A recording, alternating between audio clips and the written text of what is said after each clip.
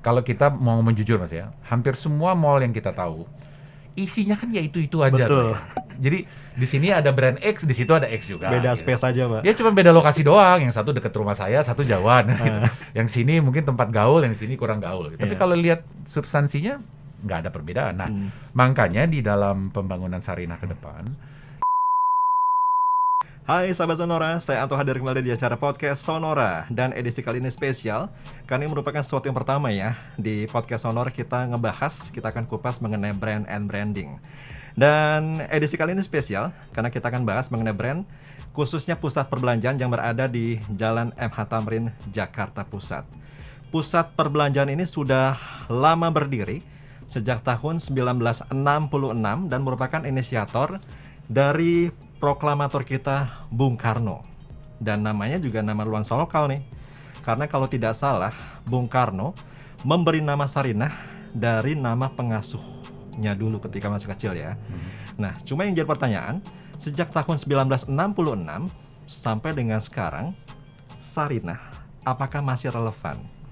Apalagi beberapa meter dari Sarinah ada pusat perbelanjaan yang besar sekali, Pak.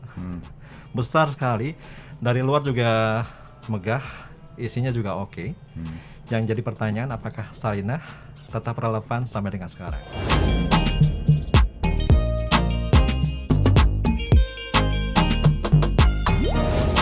Kita akan kupas di podcast edisi perdana kali ini bersama dengan Bapak Sakti Maki selaku Managing Director, Principal Consultant, Brand and Business Transformation Advisor Maki Strategic Transformation Consultant. Pak Sakti, apa kabar? Baik Mas.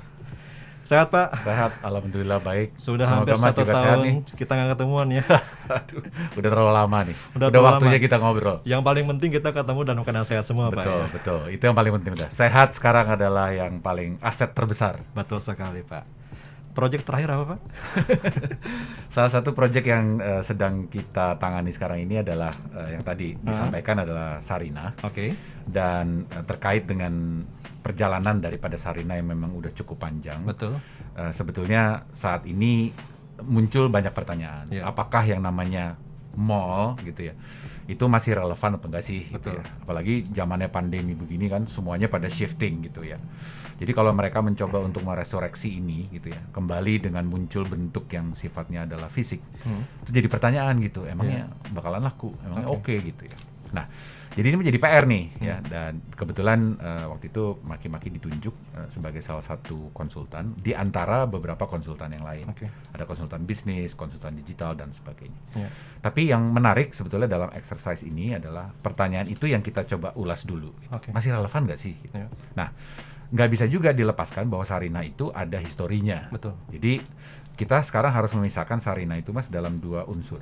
Satu unsur dia sebagai fisiknya, di mana itu adalah bangunan bersejarah dan lain sebagainya, yang memang dinobatkan sebagai simbol bahwa tempatnya orang kecil tuh di situ, ya. Sesuai dengan tadi narasi bahwa Sarinah itu dulunya adalah pengasuh Bung Karno, yang suatu hari terus Bung Karnonya jadi presiden lah, gitu ya. Jadi yang namanya konsep nurturing itu penting. Gitu. Nah, nurturing ini kalau kita bawa ke hari ini, kita jadinya harus mensejajarkan antara si fisik dengan si non-fisik.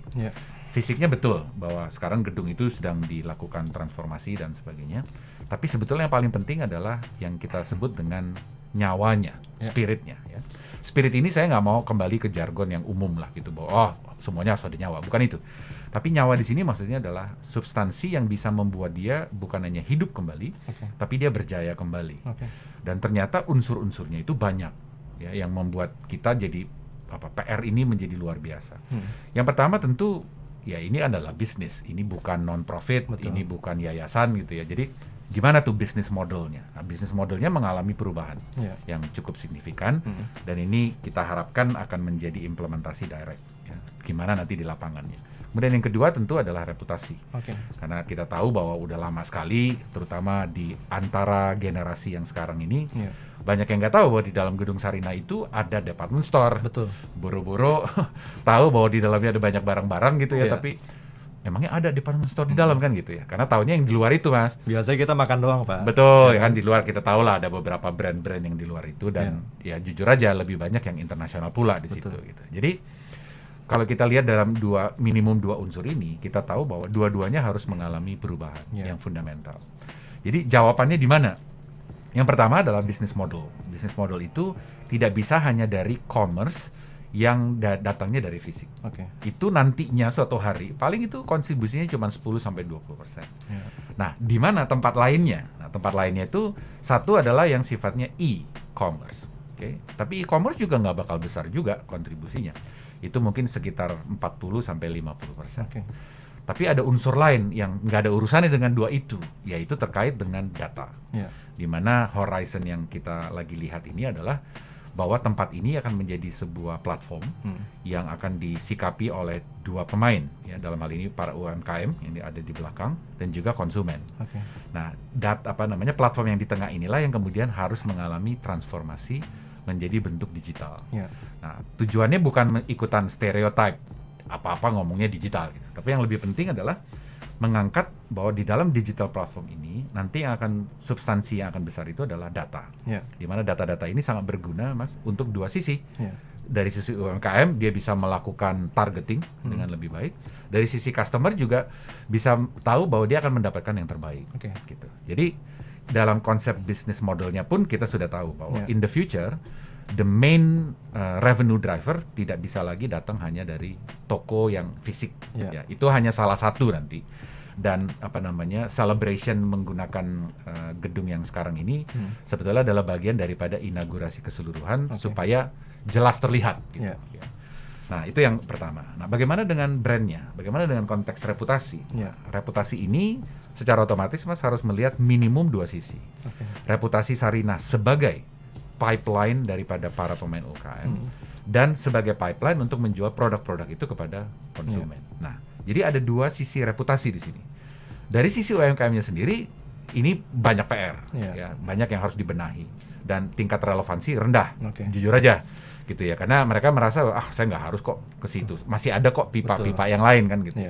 Sedangkan dari segi konsumen yang paling fatal adalah bahwa mereka tidak melihat bahwa gedung fisik ini itu adalah tempat buat mereka datang beli barang-barang Indonesia dan sebagainya. Kalau ngomong jujur, produk selection-nya luar biasa, tapi persepsinya bukan seperti itu. Nah, inilah permasalahan daripada brand. Karena ini bukan sesuatu yang sifatnya fisik, tapi ilusi yang ada di kepala mereka bahwa ini tempatnya oke apa enggak sih? Gitu. Nah, ini yang harus kita bangun. Nah, problematika yang sekarang kita deteksi di dalam konteks konsumen adalah pertama adalahnya transgenerasi. Jadi artinya yang dulu pernah mengenal ya oke lah. Tapi yang di tengah dan kemudian yang sekarang anak muda ini nggak tahu tentang Sarinah. Jadi PR-nya sangat luar biasa, Mas, untuk mengangkat ini kembali. Tapi sekali lagi, dan ini kalaupun mau diangkat tidak bisa dengan cara konvensional.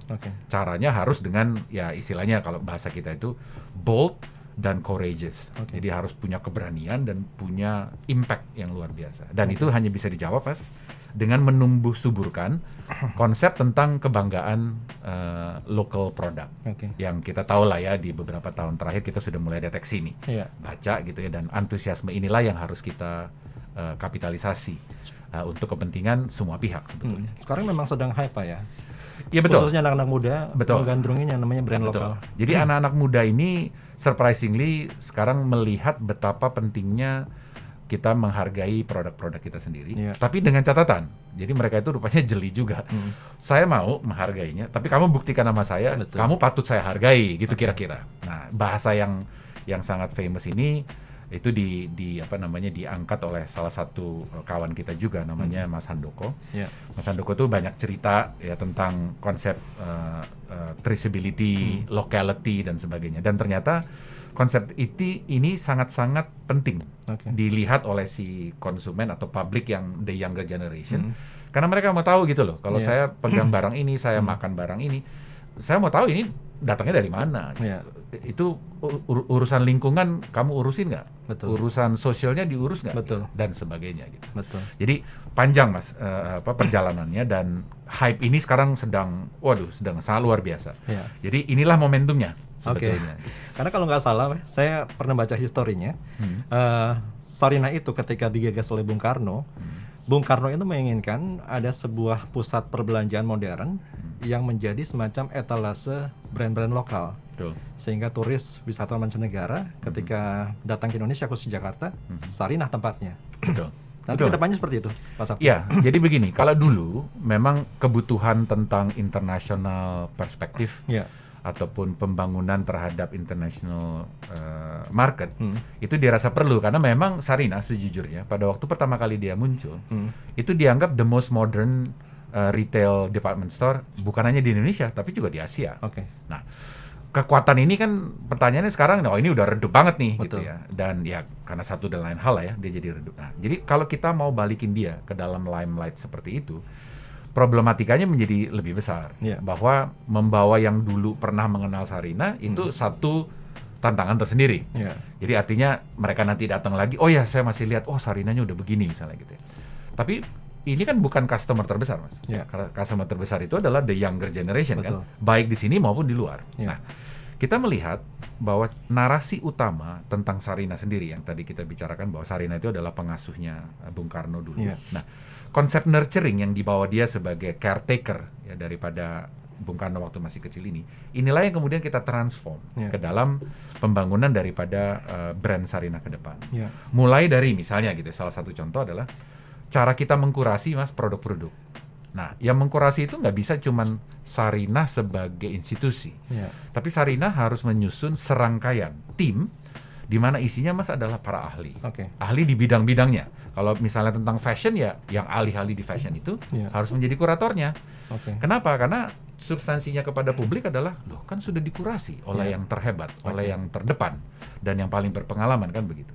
Begitu juga, Mas, dengan produk-produk lain, kerajinan, kemudian F&B dan sebagainya, itu harus dikurasi dengan orang-orang yang sekarang oleh publik, terutama the younger generation ini, Mas, dikenal.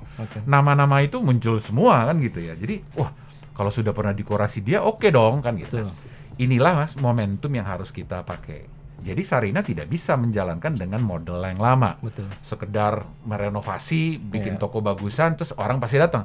Nggak bakal kejadian kalau caranya begitu. Jadi model seperti kurasi, nah ini harus kemudian menjadi bukan hanya sekedar nyawa, tapi dimanifestasi secara jelas. Tadi menarik kata-kata Pak Sakti, sudah mulai redup, Pak. Apakah bisa dikatakan Sarinah sudah mulai kehilangan relevansinya? Oh jelas, kalau itu jelas. Dan kehilangan relevansi malah sudah lama. Dan obviously kalau kita lihat dalam perjalanannya, mungkin sekitar 10-20 tahun yang lalu terakhir ini, mereka tidak pernah memanage reputasi itu dengan baik, tidak pernah dideteksi seperti apa dan lain-lain, karena mungkin dalam pandangan manajemennya adalah, tuh kita memang masih hidup kok, masih berpenghasilan, masih menghasilkan laba dan sebagainya kan begitu. Nah, tapi kan itu baru dari aspek financial performance. Lah, reputational performance-nya kan udah jelas-jelas dong. Orang malah kalau contohnya anak saya gitu kan ya, Mbak, kamu mau nggak sekali-sekali belanja di Sarinah? Ngapain? Di situ cuma ada Hard Rock Cafe, cuma ada McDonald's dan segala macam kan gitu. Lu bukan, kan di dalam ada Depth Store. Oh, aku nggak tahu Pak, di dalam ada Depth Store. Nah, ini kan artinya satu bukti nyata gitu ya, bahwa dalam substansi mall lawan mall, betul tadi, Mas, deket situ kan ada lah, kita tahu gitu ya, ada 2 atau 3 yang besar dan segala macam profil produknya beragam juga. Jadi kalau kita memposisikan Sarinah ke depan masih dengan tatanan yang sama, ini another mall, percaya saya nggak bakal kejadian. Udah pasti nggak bisa. Karena konsep mall sekarang kalau nggak salah Pak ya, mau dikoreksi, one stop shopping entertain. Betul. Dalam substansi itu iya. Nah, cuman kan begini, kalau kita mau menjujur, Mas ya, hampir semua mall yang kita tahu isinya kan ya itu aja. Jadi di sini ada brand X, di situ ada X juga. Beda gitu. Space aja, Pak. Ya cuma beda lokasi doang. Yang satu dekat rumah saya, satu jauhan. Gitu. Yang sini mungkin tempat gaul, yang sini kurang gaul. Gitu. Tapi kalau lihat substansinya nggak ada perbedaan. Nah, makanya di dalam pembangunan Sarinah ke depan kita tidak bisa lagi hanya itu nyanyiannya. Jadi yang paling utama satu adalah, kamu mau jadi produk UMKM, produk lokal, keren, good, nggak apa-apa. Tapi yang terbaik ya. Nah, itu penting. Jadi konsep kurasi, Mas, nanti selain adanya kurator-kurator, kita juga harus membuat segregasi. Segregasi itu misalnya istilahnya yang satu itu yang standard, yang satu itu yang selektif, yang satu itu yang istilahnya tanda tangan lah, signature lah gitu. Jadi ada 3 gitu ya. Nah, disitulah orang-orang kalau datang, dia mau yang mana? Kalau saya mau yang biasa-biasa, ya saya lihat aja yang istilahnya lah ada tulisannya itu gitu ya. Oh, berarti ini yang di sini. Gitu. Jadi kita bisa, Mas, menjangkau segmentasi itu agak lebih lebar. Mulai dari yang premium dapat, yang value for money dapat, sedikit yang commodity juga dapat. Karena tugas Sarinah, Mas, nggak bisa cuma sekedar jadi tempat display. Siapapun boleh masuk, nggak bisa juga. maaf gitu ya, kita juga harus mulai mengatur. Ya oke, yang ini kamu boleh masuk. Kalau belum masuk harus diajarin. Nah itulah mas fungsi kurasi. Jadi kurasi itu mas sekarang menjadi boleh dikatakan engine yang paling besar yang harus dibangun oleh Sarina ke depan. Di luar dari yang retail store-nya, kemudian dia ada properti, dia ada trading dan sebagainya. Fungsi kurasi ini menjadi vital. Tanpa ini jangan ngomong Sarina lah gitu, kira-kira begitu. Jadi nyanyian harus beda, kemudian ada kurasi, kemudian faktor apa lagi, Mbak? Katakanlah membangkitkan sebuah brand yang sudah mulai kehilangan relevansi, bahkan cenderung akan mati. Ya itu tadi ya. Jadi mulai dari storyline-nya, yaitu Sarina sendiri itu siapa dia, apa story yang dia bawa, kemudian bagaimana manifestasi misalnya dalam bentuk kurasi tadi. Kemudian storytelling yang kita sampaikan kepada publik dengan menggunakan evidence namanya, yaitu ya si toko itu sendiri dan juga nanti e-commerce-nya dan lain sebagainya. Dan of course yang terakhir mas adalah membangun satu antusiasme berdasarkan itu tadi konsep kebanggaan atau nation pride, bahwa ini adalah hasil yang terbaik daripada bangsa kita. Nah mereka harus kita ajak. Jadi kita harus tuh mas membangun traction di antara mereka dengan membuat engagement yang lebih baik. Jadi bukan cuman ayo datang ke mall, nggak bakal jalan. Jadi Sarina secara fisik mas harus kita jadikan yang disebut dengan community mall. Not just another mall. Apa tuh artinya? Ya mulai dari luar kamu bisa berinteraksi dengan Sarina, masuk ke dalam, naik ke atas dan sebagainya. Nah disitulah kita bangun mas seluruh avenue, dan akhirnya nanti akan terjadi yang namanya dari offline ke online. Offline ke online itu maksudnya gini, O2O ini lebih ke dalam substansi bahwa kamu bisa menikmati offline-nya, tapi kamu juga bisa mendapatkan sensasi lainnya di online-nya. Apa tuh misalnya? Ya urusan tadi, urusan kurasi. Kamu bisa mendeteksi ini datangnya dari mana. Kamu bisa lihat kalau perlu petaninya tuh yang seperti apa, pengrajinnya tuh seperti apa, namanya siapa dan sebagainya. Nah, ini adalah hal yang penting karena ya tadi publik zaman sekarang pengen tahu itu. Ini siapa yang bikin? Namanya siapa? Saya pengen kenal sama yang bikin ini. Jadi bukan hanya beli produk, tapi beli added value. Nah, added value ini mas yang harus betul-betul menjadi satu domain yang penting untuk dibangun oleh Sarina ke depan. Jadi bisa dikatakan saat ini merupakan waktu yang tepat ya untuk membangkitkan kembali relevansi yang sudah mulai hilang, bahkan cenderung mati. Betul. Ini adalah momentum yang tepat. Bukan hanya kita berharap dengan kita mulai perlahan-lahan keluar dari isu pandemi ini adalah, tapi itu tadi kita menangkap antusiasme yang sekarang ini sedang berkembang. Ini yang harus kita kapitalisasi. Mumpung mereka memang lagi seneng kesini, yuk kita bawa wave ini. Tapi jangan ikut-ikutan seperti ada si ini lagi ngerjain itu, kita samain yuk. Nggak bisa. Sarina punya sejarah, Sarina punya story. Nah, sejarah dan story ini harus kita bawa ke depan, tapi dikemas dalam nuansa yang lebih berjalan di dalam konteks hari ini. Tadi kalau saya kembali sebagai contoh ya mas, misalnya kurasi. Para kuratornya diajak ngobrol. Kenapa kamu memilih produk-produk itu? Kenapa kamu merasa itu adalah produk terbaik bangsa kita? Untuk misalnya fashion gitu mas ya.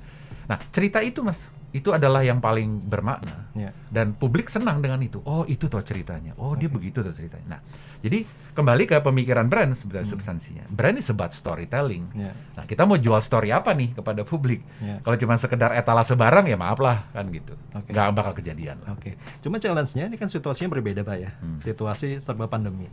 Challenge-nya sampai sejauh ini seperti apa Pak Sakti? Ya sangat besar.